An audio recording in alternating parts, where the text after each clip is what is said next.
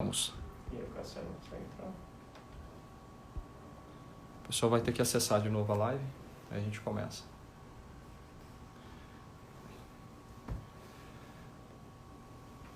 Cassiano tá on? O pessoal está acessando novamente. Está acessando novamente. Obrigado, gente, pela paciência. Problemas tecnológicos acontecem. Aos poucos entrando aí. E o Cassiano, como é que tá? Entrando aqui eu já vejo e já adiciono ele. Vai dando joinha aí, o som tá bom? Como é que tá? Aí, Cassiano.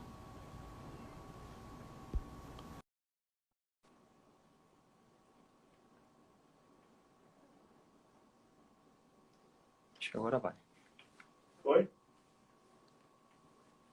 Bom, gente, enquanto tá entrando ali, eu gostaria de fazer uma pergunta para vocês aí. Quem de vocês estão aí na live está operando opções? Dá um joinha que opera opções no mercado aí. Opções é só para maluco ou é para proteção? Estruturadas, protege a carteira ou arrisca mais a carteira? Próxima live a gente vai estar falando um pouquinho mais também do mercado de opções. Tem mais um gestor com a gente na próxima live também. Ô Cassiano, a gente não está conseguindo te ver. Aqui aparece que estamos aguardando o seu ok. Tenta dar o ok aí. Aqui por enquanto não aparece o seu ok.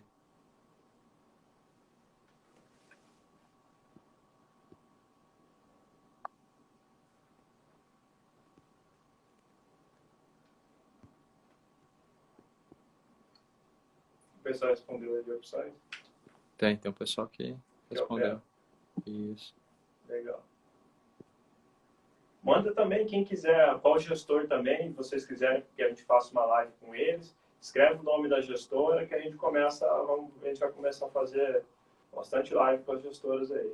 Quem quiser falar sobre mercado internacional, escreve aí mercado internacional, a gente vai compilar os dados e vai começar a falar com a gestora sobre essas classes de ativos. Né? Vamos ver, Cassiano, tá adicionando você novamente aqui. Tá conectando. Oh, maravilha, hein, Cassiano? Oh, meu Deus do céu, Meu, cara. Olha, eu vou te falar que não foi por falta de tentativa, pessoal. Peço desculpas aqui, mas a gente tem feito inúmeras dessas lives com. A gente tem usado outras plataformas. É a primeira vez que eu estou usando aqui a do Instagram. Peço desculpa aí pela inabilidade no uso da tecnologia aqui. Para mim foi uma dificuldade, cara. Acho que é o problema da idade. Capaz. Que é isso, a gente te agradece aí também seu tempo, tá? A ZQuest também por disponibilizar a sua presença. A gente acompanha a casa já há bastante tempo mesmo. E a gente sabe a história de vocês, a forma que vocês trabalham. E por isso que a gente fez esse convite, ainda mais nesse momento, para vocês que operam vários mercados, tem uma gama de produtos aí bastante vasto, desde renda fixa, os créditos privados, né?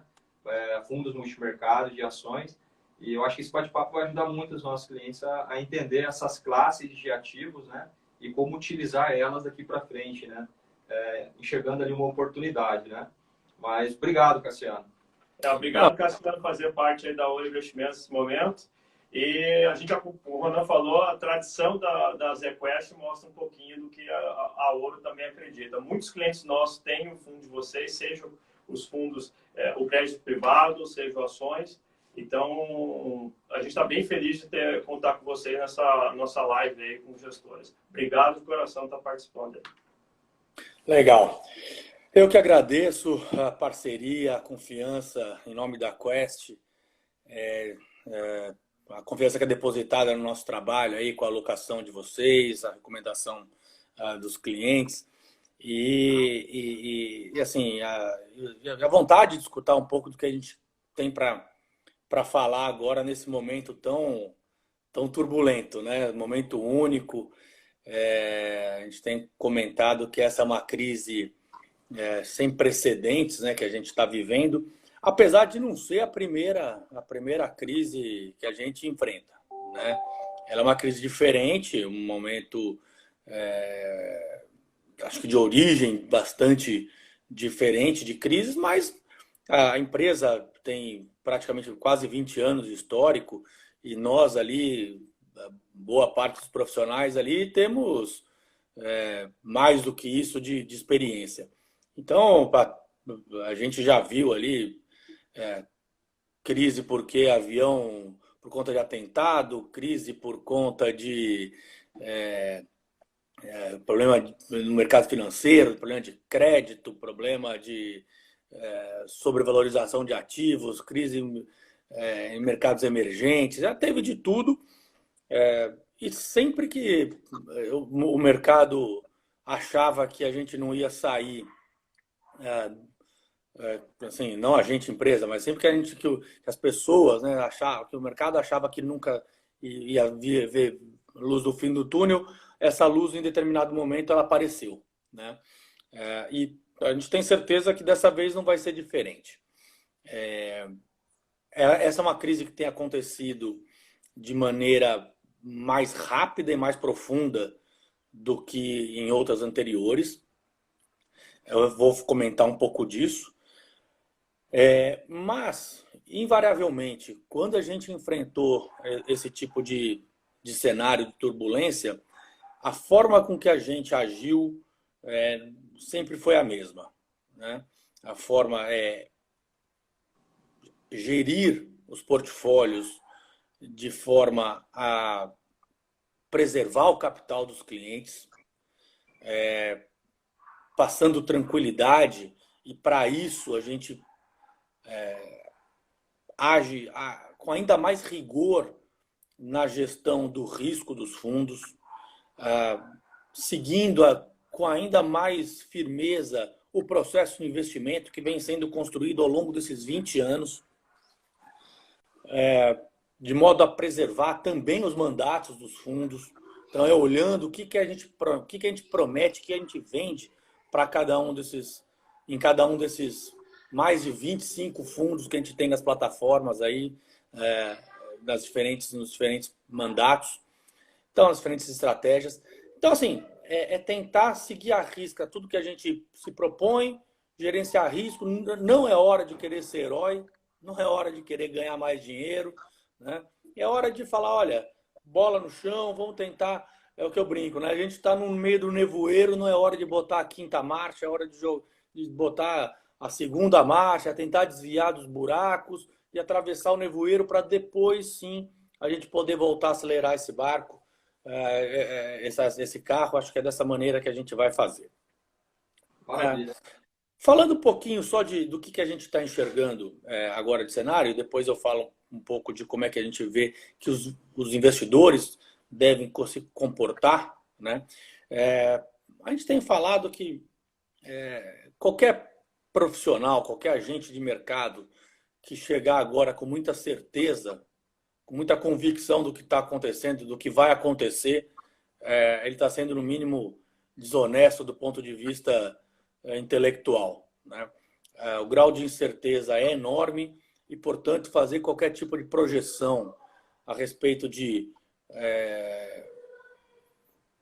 qual vai ser o real impacto econômico do coronavírus no Brasil, no mundo, se o PIB vai cair 4, 5, 3 ou 8, não dá para afirmar.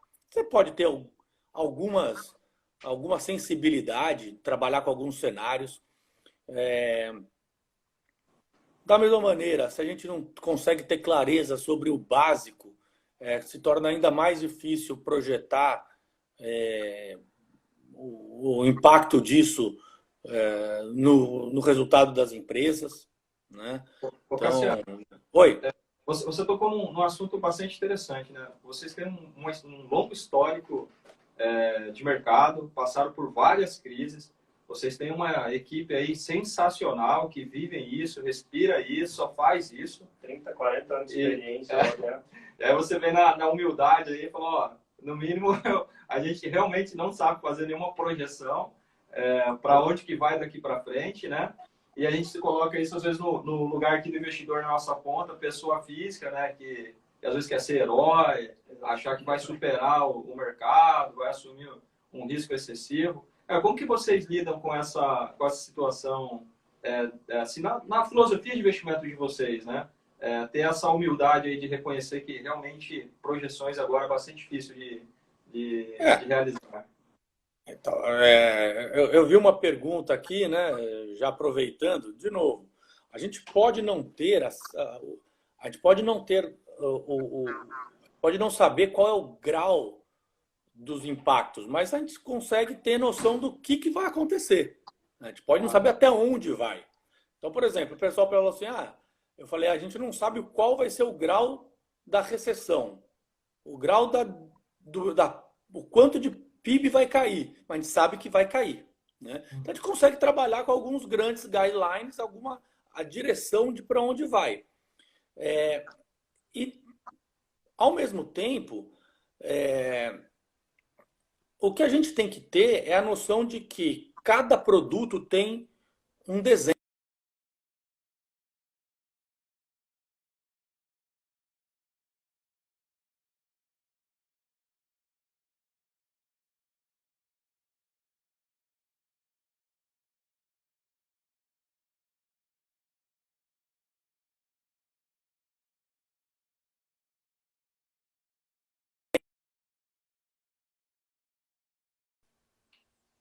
Voltou, acho que voltou aqui, né? Voltou, beleza. Então vamos lá. Esse é o tipo de problema que a gente vai ter que aprender a lidar, né? Então, assim, o que eu estava falando, a gente tem ali algumas convicções do big picture. Espera aí, só um minutinho, que eu acho que fechou a porta aqui. Deixa eu pegar aqui, só um minutinho. Deixa eu voltar. Melhora um pouco a conexão. Voltou? Tá, ótimo. Tá, ótimo. Vocês estão me escutando? Tô te ouvindo. Agora sim, voltou. Beleza. Vocês estão me escutando? Eu só vou buscar o carregador do celular para evitar que ele caia, tá? Só um minutinho. Maravilha. Melhor que o meu ali também tá quase indo, né? Hoje é o dia da bruxa. O pessoal não é porque normalmente a gente faz via computador, né? E via computador fica mais fácil. Mais fácil. Isso.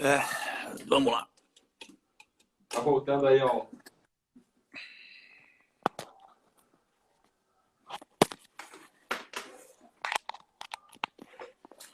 Vamos lá. Vocês me enxergam agora? Sim, tudo ok. Então vamos lá, vamos voltar. Então, se cada produto tem o seu mandato, né, tem o seu objetivo e tem o seu...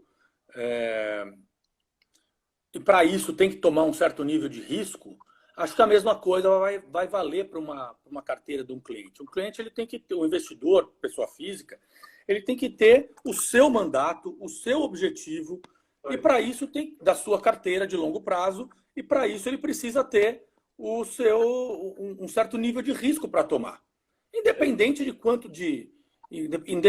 de qual período ele vai estar passando. Ele vai estar passando por um período de mais estresse de mercado ou menos. O que ele precisa entender dado o meu objetivo de longo prazo, digamos, que é se aposentar aos 65 anos, tendo com uma poupança de X, para que isso me gere uma renda de 10 mil reais e, portanto, dada a minha capacidade de poupança mensal daqui até lá, eu preciso ter uma taxa de retorno dessa minha poupança de, sei lá, 1%, de 12% ao ano. Essa vai ser a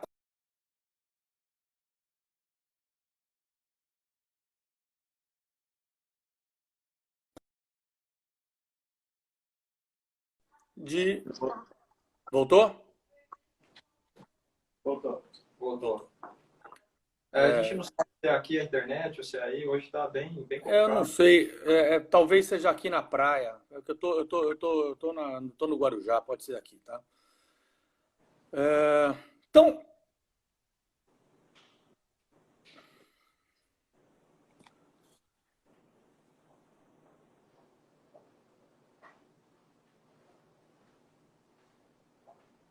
Eu acho que é a internet. Ô, Cassiano, eu acho que é aqui, porque o meu Não, celular... é aqui, não. Não? Não é? Não. Tá funcionando normal ali? Não. Pessoal, desculpa aí pelo Mas vamos lá. o meu Mas vamos o meu continuar, tava funcionando bem, tá? Tá, então vamos continuar aí. Então, então é isso. Então acho que o cliente ele precisa manter o plano dele de longo prazo. Esse é o recado. Mantenha o plano de longo prazo. Não se assuste. Mantenha a serenidade. Entenda que os ativos estão sendo precificados, e aí era onde eu queria chegar voltando, né? Essa crise sem precedentes que a gente está vivendo, que vai gerar impactos econômicos, que a gente não sabe onde vão, levam ao aumento de aversão a risco de todo mundo muito grande. E que, portanto, hoje, quando a gente olha, a gente tem que começar a diferenciar muito o que é fundamento do que é preço, do que é a questão técnica dos ativos. Né? Muitas vezes, quase sempre, para falar a verdade, existe uma diferença do que é o valor justo de um ativo do que ele está sendo negociado. Né? E é por isso que existe negócio, porque o valor justo para mim é diferente do que é para você e para o que é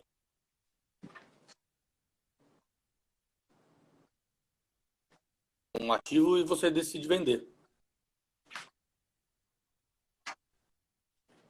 Certo.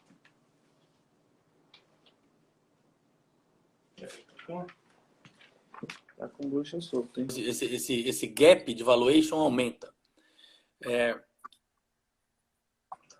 E quando você olha agora para esse tipo de crise, dado que a gente entende que o cenário está muito incerto e ele aconteceu num momento onde estou vendo aqui que um grande amigo meu entrou aqui no chat, Guilherme Mishima. Legal. Prazer falar para você.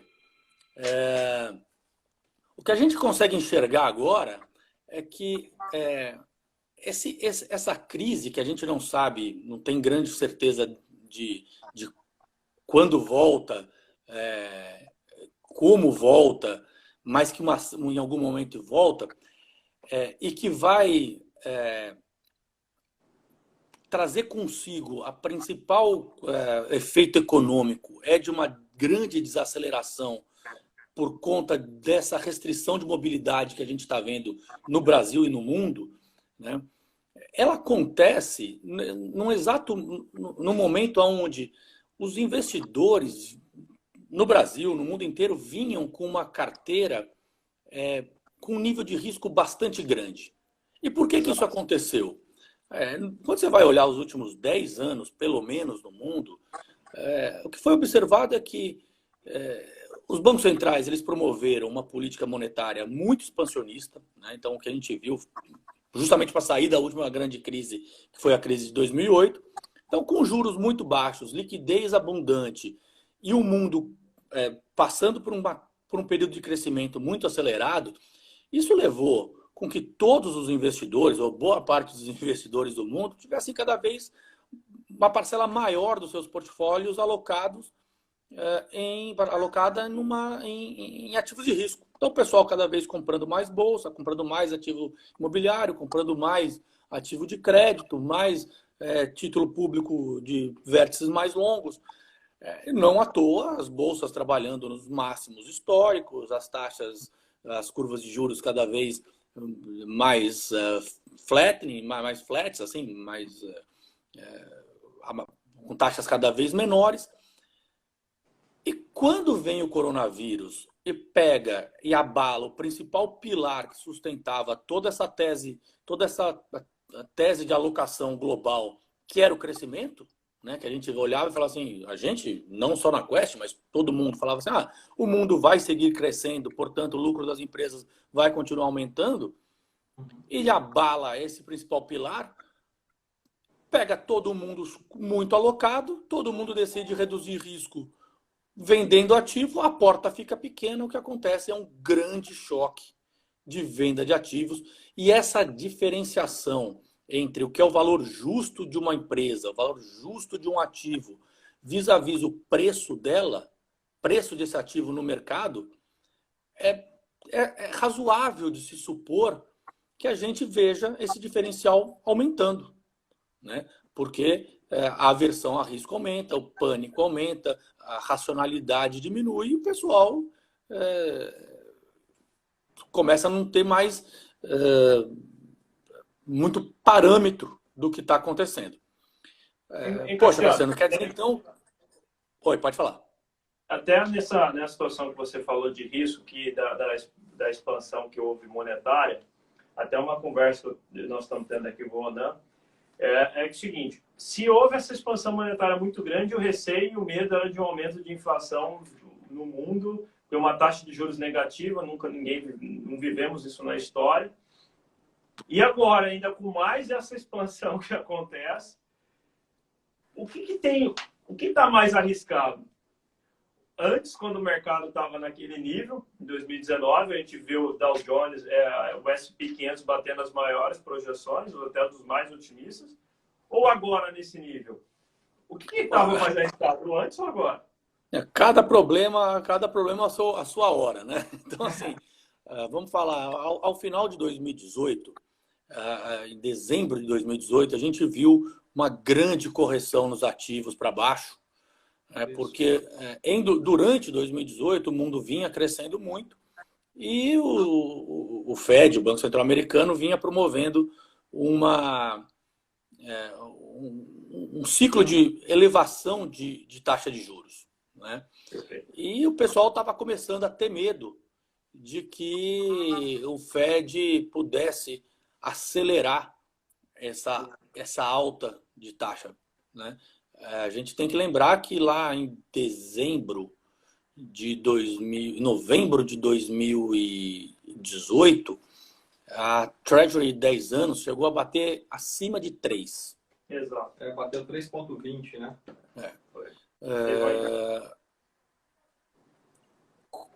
E isso já chegou a levantar a hipótese de que em 2019 os Estados Unidos, por conta dessa alta de juros, pudesse entrar em recessão. Né? O que a gente viu a partir de no final de 2018, começo de 2019, foi o contrário. Foi o Fed sinalizando que a economia americana não estava forte o suficiente, queria começar a cortar juros. Esse ciclo começou a ser feito a partir de 19. Em 19, também uma outra questão importante que estava segurando o crescimento global, que era a guerra comercial entre China e Estados Unidos, a partir do meio do ano começou a diminuir, começou a arrefecer essa guerra. E a gente entrou... Eu vou falar um pouco de inflação, mas assim, mesmo antes, né, mesmo durante esse período longo de 10 anos de forte crescimento e enorme expansão monetária, a gente nunca viu inflação aumentando no mundo. Existem N teses acadêmicas que tentam explicar isso. Uma que o dinheiro dessa expansão monetária empoçou nos bancos e não foi para a economia. 2, que não teve essa demanda porque a economia nova não demanda tanto crédito. 3, que, poxa, toda essa nova economia que desintermedia todos os processos. Então, quando eu pego uma tecnologia entra e corta uma etapa do processo da cadeia toda, ela barateia as coisas, então gera uma deflação enorme por conta de ganho tecnológico. Seja lá o que for, não cabe aqui discutir. A gente lá na Quest, humildemente, tem gente muito mais inteligente do que a gente, querendo entender isso. Não importa. O fato é que a inflação nunca veio. E a gente acha bastante razoável supor que, apesar da enorme expansão monetária que de novo está acontecendo, o choque deflacionário por conta da desaceleração, da enorme depressão econômica que a gente deve entrar no mundo, que vai ser colossal por conta desse lockdown no mundo inteiro, deve ser esse choque deflacionário vai ser ainda maior do que o choque de inflação por conta da expansão monetária. Então, assim, inflação na nossa projeção é algo que não vai ficar no radar durante um bom tempo. E, poxa, se isso não vai acontecer nos próximos 1, 2 anos, não é algo que tenha que entrar na nossa discussão de tese de investimento no momento. Tá? Ótimo, Cassiano. Muito bom. Eu acho que esse aos clientes, os ouvintes da ZQuest, aí, os nossos clientes estão ouvindo. Isso é importante conhecer para entender qual a tese que o gestor está tomando para o seu dinheiro, o mandato que está passando. E até frente a isso, eu acho que é importante a gente entrar já falando dos fundos da ZQuest, que vocês já percebem essa questão da deflação. Como é que vocês vão estar agindo diretamente? Vamos começar aqui pelo fundo que pode ser um dos fundos que podem ser afetados por essa análise que você fez. Aos fundos como a ZQuest LUT, os fundos de renda fixa e crédito privado dentro da ZQuest. Como é que eles estão atuando dentro do mandato? A gente vê que até peguei uma colinha ali da ZQuest, está escrito assim na carta, né? Que vocês nunca viram um rendimento a ser auferido tão grande na história dos fundos da ZQuest quanto aos fundos do crédito privado. É isso mesmo, Cassiano? Sim, vamos lá. Então vamos começar por crédito. O que aconteceu diante de um cenário, como eu estava dizendo, de aversão a risco, é que todos os ativos sofreram. O investidor resolveu reduzir risco vendendo ativos de todas as classes. Vendeu bolsa, vendeu fundo imobiliário, vendeu títulos longos do Tesouro e vendeu títulos de crédito. Todos. No caso da indústria de crédito privado, a gente tem que lembrar que existem diversos perfis de risco, diversos tipos de papéis. Existem os papéis mais líquidos, das melhores empresas do Brasil, as mais sólidas, as maiores, aquelas que acessam o mercado de capital, naquilo que é chamado high grade. Existem as empresas, os créditos das empresas menores, menos capitalizadas, com maior perfil de risco de crédito, que é o que é chamado de high yield. Que tipo de ativo que a gente opera? O high grade. A gente só opera ativos das melhores e maiores e mais óbvias empresas. Acontece que, na hora que você precisa diminuir risco, não só a gente, dado que a gente opera esses caras aqui, os mais líquidos, mas na hora que um cliente um investidor qualquer, quer reduzir risco de crédito, ele olha a carteira dele e ele fala assim, o que eu vou vender? O ativo de high yield, menos líquido, ele vai no mercado, procura comprador e não acha. Aí ele olha na carteira mais líquida das melhores empresas. Ele vai no mercado e acha comprador. O que ele vai vender? O mais líquido. Irracional. Não é irracional, é racional no caso. Porque ele precisa diminuir o risco. Ele precisa fazer. Só que ele tá ficando a carteira com um risco maior, né? Tirando o menor risco, que é a high grade. O que acontece é que os ativos de menor perfil de risco de crédito,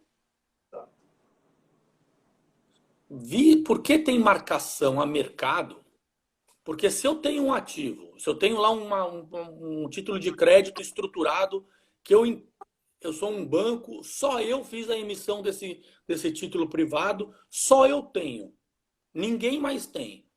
E, portanto, eu decido não vender esse ativo, que foi emitido a 120 do CDI. Perfeito. Qual a marcação dele durante a crise? 120 do CDI. Eu não marquei. Agora, se eu tenho um título de crédito privado, que todo mundo tem, de uma empresa de transmissão de energia elétrica super segura, mas o mercado inteiro tem, e um cara, um vizinho meu, um banco, uma gestora, uma pessoa física, resolve vender esse ativo de primeiríssima linha, emitido a 120 do CDI, esse cara vende a 160 do CDI, a carteira dele é marcada. E a minha também é marcada.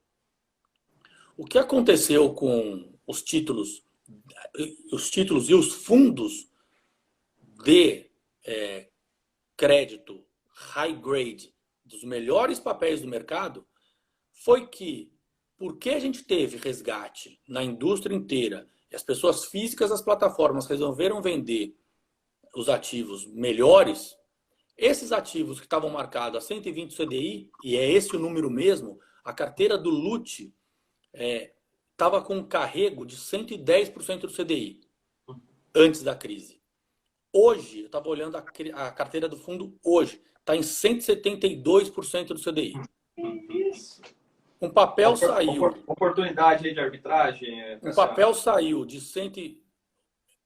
um papel de primeira linha de Guatemi, que é o melhor shopping do Brasil, que tem mais de R$1 bilhão em caixa, caiu mais de 12% no mês passado. Quando você faz isso e marca mercado, esses melhores papéis, os fundos naturalmente marcam o mercado. Exato. Só que esse fundo que estava rodando a 120 do CDI, assim, a 110 do CDI, de repente ele cai 6% no mês.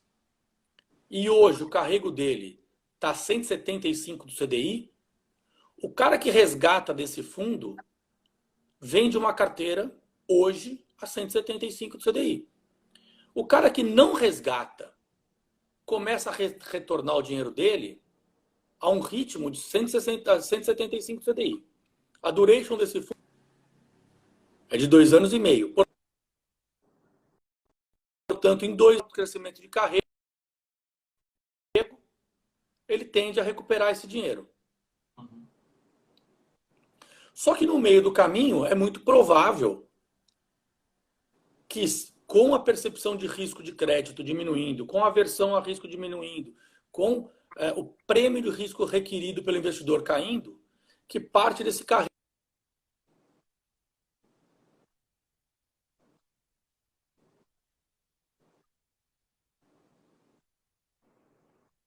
com esse valor do carrego de 175 para 160, 150, qualquer coisa nesse sentido, o fundo começa a gerar retornos mensais temporários muito grandes.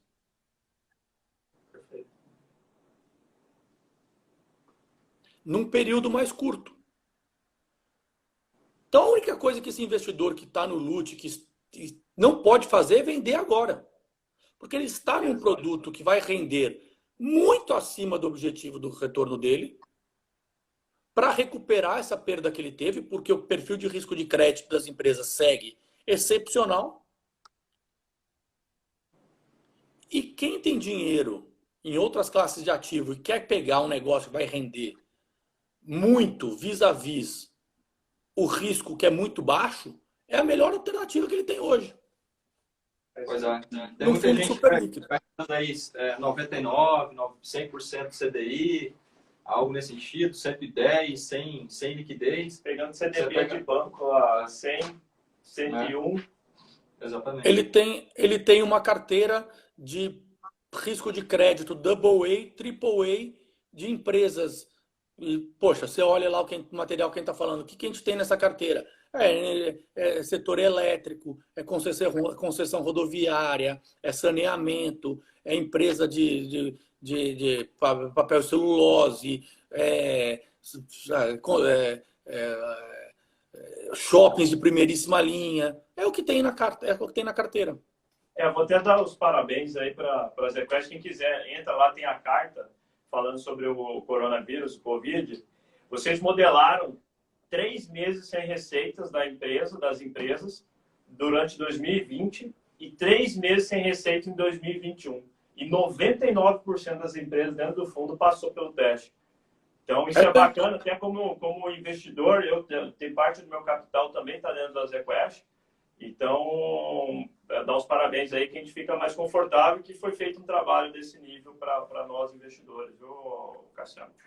Não, e uma coisa que é interessante é que assim, a gente vai ver se a gente está circulando no compliance agora, para ver se a gente consegue circular isso e publicar isso, mas a gente fez algumas simulações do tipo, o que acontece caso a carteira caso esses, o que é provável, né? Caso esses spreads comecem a cair um pouco, né? Saiam de 165 do CDI, de 175 do CDI que estão agora, para algo para 150 do CDI. E saiam de, sei lá, de CDI mais 4,5 para vir para CDI mais 4. Quanto que isso geraria de ganho no fundo num primeiro momento? Ele sairia para... daria de imediatamente, em uma cota, 1% em um dia. Se a gente assumir que essa marcação vem de 175 para 150 do CDI, né, nessas simulações, você ganha 1% num dia. Maravilha, hein? Isso em crédito privado, né? Isso em crédito privado. Tá. Imaginando que o CDI vai para baixo de 3, é isso que você pode imaginar ganhar nesse produto agora. Maravilha. Legal. E vamos falar, então, a parte de crédito privado, eu acho que mais claro que isso. Então, de fato, é o retorno superior que vai ter na história da ZQuest para crédito privado esse momento. Sim, agora a gente tem que ser justo, porque também a gente está vindo de um período bastante duro, onde não aconteceu só com a gente, de novo, nesse estudo que a gente mostrou aí, os índices de debêntures sofreram igualmente, né? Então, assim, tem índice de debêntures que caiu 7% no mês. Então, assim, o retorno tende a ser bastante forte porque a queda foi muito pronunciada também. Então, tem que ter isso em mente. Agora, realmente, para entrar, é um momento excepcional. E para as linhas de multimercado e renda variável também, que vocês operam, como que vocês estão vendo aqui para frente? Vocês também... você comentou em relação ao mandato a ser entregue, né, no início, né? E a questão do investidor, como compor uma carteira, né? Como que vocês estão vendo aí essas duas classes, tanto o multimercado quanto os fundos de renda variável, o AZQuest, fundos de ações, que está disponível nas plataformas? Bom, na questão do multimercado, né, a gente tem 2 grupos de fundos, né, os multimercados macro e os multimercados long short. Inclusive, vocês têm um modelo multimercado previdenciário também, né? Temos também. Então, aí vale a mesma estratégia do fundo multimercado macro. Tem o multimercado macro para previdência e fundo multimercado não previdência. Mas a estratégia dos dois é a mesma. O que vale a gente comentar é que o multimercado macro, que opera todos os ativos possíveis, de bolsa, de juros, de moedas, de commodities, no Brasil, no exterior, ele também tem conseguido passar muito bem pela crise, porque a gente carrega sempre no portfólio um grupo grande de proteções, né, de hedges. Então, até fevereiro a gente vinha muito bem, mesmo durante o período de crise. Esse mês de março agora, os fundos acabaram sofrendo um pouco porque esses hedges acabaram saindo, parte dos hedges acabaram saindo do dinheiro, porque a crise foi muito mais pronunciada do que propriamente até o mercado imaginava, né? Então, em algum momento, os hedges passam a não funcionar tanto. Mas, assim, o que a gente enxerga é que, muito provavelmente, a recuperação econômica vai ser lenta, tá? O impacto vai ser muito grande na atividade. A gente está projetando aí algo em torno de 4, 5% de queda de PIB no Brasil. E a recuperação não vai ser rápida, vai ser lenta, vai ser gradual. E os ativos, muito provavelmente, também não recuperam em V, recuperam provavelmente em U. Né? Então, assim, tende a ter uma recuperação mais lenta, porque o risco vai ser o risco econômico, as incertezas com relação à segundas ondas de contaminação vão seguir aí, o desemprego vai ser grande, então assim, a destruição do tecido econômico tende a ser grande. Se isso efetivamente ocorre, o que a gente enxerga é que a inflação global tende a ser bastante impactada para baixo, e no Brasil não vai ser diferente.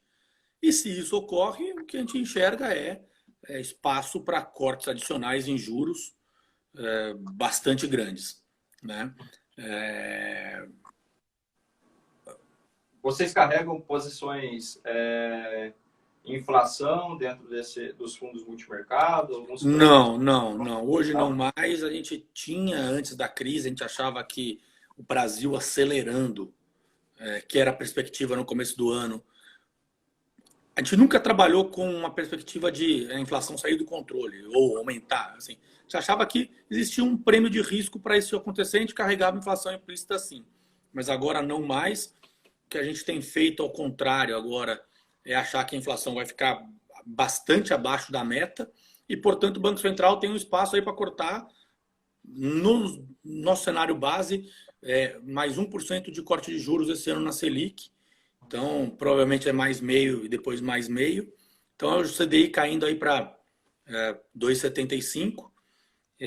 Ainda assim, as pontas mais longas da curva se mantendo em níveis mais altos, porque o grau de incerteza é grande. Então, é uma curva cada vez mais inclinada e esse dinheiro do CDI rodando cada vez mais baixo. E só para lembrar, né, o CDI hoje, se você assumir o CDI de, vamos falar, 3% e você pagar 15% de IR, a gente vai falar que o seu CDI vai rodar depois de IR 2,5%. Se você assumir que a inflação projetada para esse ano é 2,5% no IPCA, né? E acho que a inflação aqui corrente minha, sua e do resto das pessoas é acima do IPCA, né? O dinheiro no CDI hoje é certamente juro real negativo no investimento. Então, dinheiro no CDB do banco, dinheiro na poupança é certeza de perder. Então, tem que ter... E a longo prazo, isso aí, para quem tem uma situação financeira boa e está pensando, né? Aí eu acho que abre essa janela aí para o mercado de renda variável, né? Apesar de todas essas dificuldades que a gente está comentando aqui, né? Mas o mercado caiu bastante e aí, olhando a longo prazo, começa a fazer sentido aumentar um pouquinho de risco e para esses fundos mais arrojados, né? Até a gente está no final da live aí, Cassiano. Quanto ao fundo de ações, para o cliente que quiser conhecer e entender qual é a estratégia para o fundo de ações, visto isso que você acabou de apresentar com uma visão da ZQuest para frente. Qual vai ser a estratégia dentro do fundo de ações do ZQuest Ações, caso algum cliente o nosso cliente queira aumentar a posição no fundo, ou ainda aqueles que não têm entrar? Assim, a gente tem aqui um processo de investimento bastante completo que vai sempre combinar uma análise macroeconômica disso que a gente está conversando, o que está acontecendo no Brasil, no mundo e tal, que é pano de fundo para a decisão de investimento. Mas a decisão sempre vai olhar para a questão microeconômica do que está acontecendo nas empresas, qual o real valor delas. Essa é a tese central. Hoje, o que a gente está olhando diante desse quadro de desaceleração econômica são empresas que tendam a sofrer menos com esse quadro de recessão. Então, empresas que tenham a receita menos impactada com essa com a desaceleração econômica. Ao mesmo tempo, empresas que têm um fluxo de caixa mais recorrente, mais capitalizadas, empresas que a gente está chamando de qualidade. Tá? Então, por exemplo, a gente vinha carregando até o começo do ano, acreditando muito mais na aceleração do crescimento do Brasil, em empresas mais cíclicas domésticas, né? Empresas de varejo, empresas de consumo não discricionário, consumo discricionário, educação. Agora, tudo que vai depender mais de emprego, de renda, tende a sofrer mais nesse momento, né? Ao mesmo tempo que, enxergando a China saindo dessa crise de maneira mais rápida do que o resto do mundo, talvez empresas de commodities se beneficiem. Bancos que, poxa, vinham sofrendo bastante, é algo que a gente está voltando a olhar com bastante carinho e aumentando a exposição. Então, a gente tem feito, sim, uma mudança considerável no portfólio para adequar esse portfólio, essa carteira, a um mundo que é novo, um mundo de um Brasil de menor crescimento, né? E procurando, e aonde o desemprego e a queda da renda vai fazer com que empresas que antes apresentavam um crescimento mais pronunciado vão sofrer mais. A gente quer evitar esse tipo de coisa. Legal. Tem mais uma aí para mais uma situação que eu acho que gostei bastante como cliente. O Azequest e o impacto social, o Azimuth Impacto Social. Queria que você falasse aí uns 2 minutos, porque nós temos muito cliente que opera, que faz muito esse trabalho. Eu gostaria que você falasse um pouquinho como é que esse fundo atua, como é que ele escolhe, como é que funciona a gestão de um fundo voltado ao impacto social. Poxa, obrigado muito legal você ter provocado essa pergunta, que para a gente é um orgulho desse fundo, ainda mais num momento como esse, né? Esse aí é um fundo que a gente lançou 3 anos atrás, com a ideia de, sendo bem direto, alimentar a cadeia de empresas de impacto. Empresas de impacto, vamos lá, a indústria de impacto social, ambiental, é a forma mais moderna de contribuir com a sociedade, né? Acho que lá nos anos 70, 80, até 90, a doação, a ONG, era a forma das pessoas contribuírem com a melhoria da...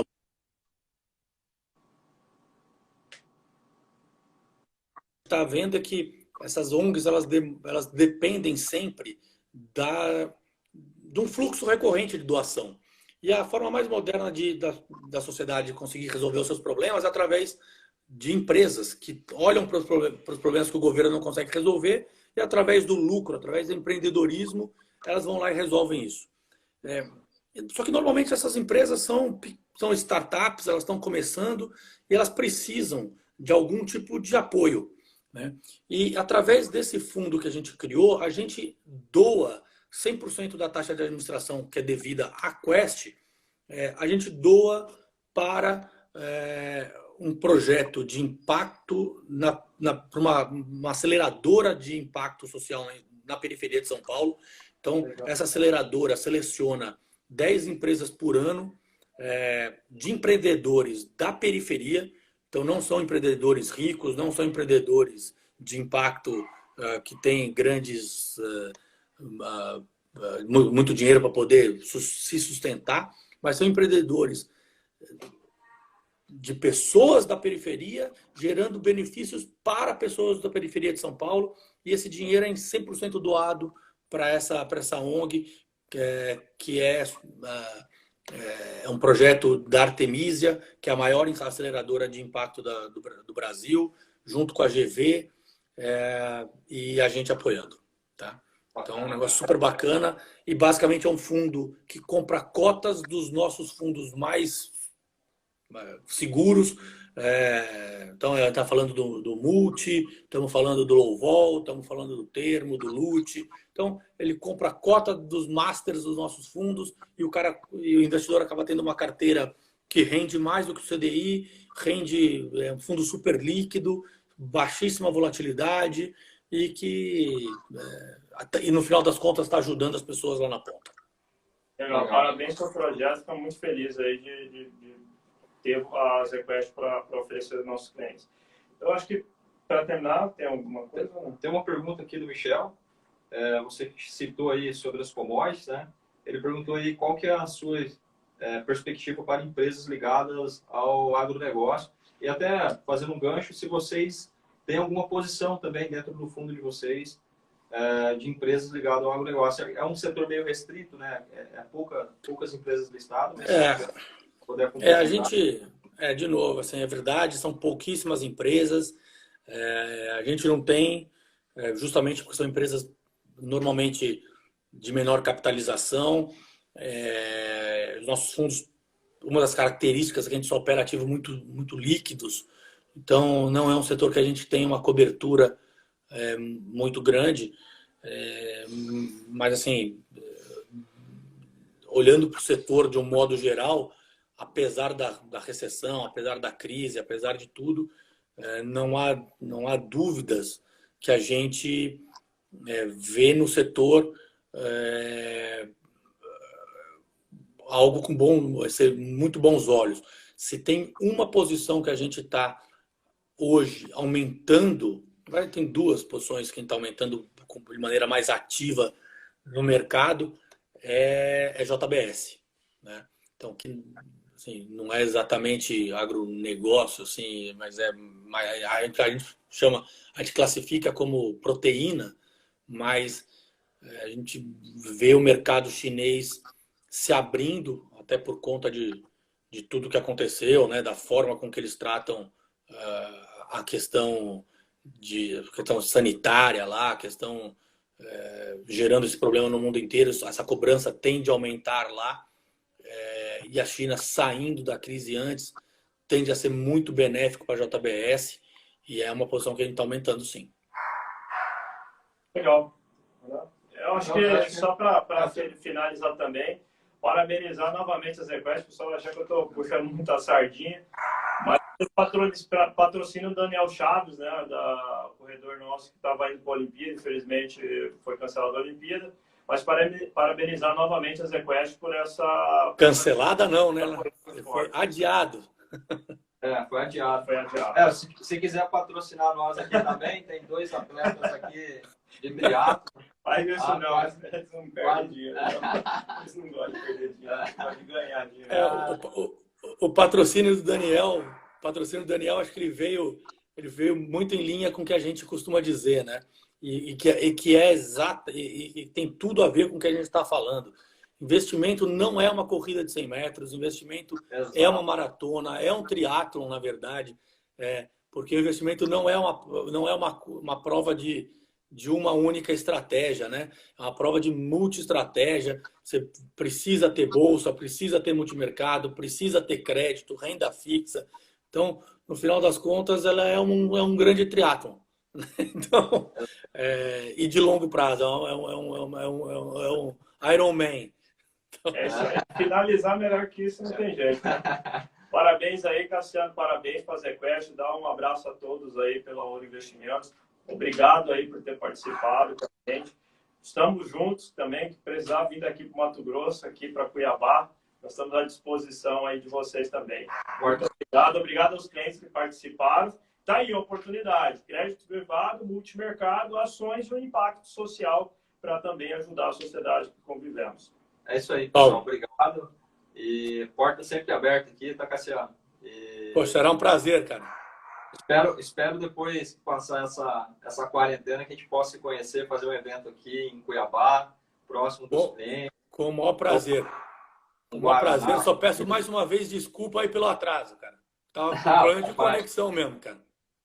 Mas beleza, então. Cassiano, obrigado pela atenção. Estamos juntos aí. Valeu, pessoal. Obrigado. Valeu, tchau, tchau.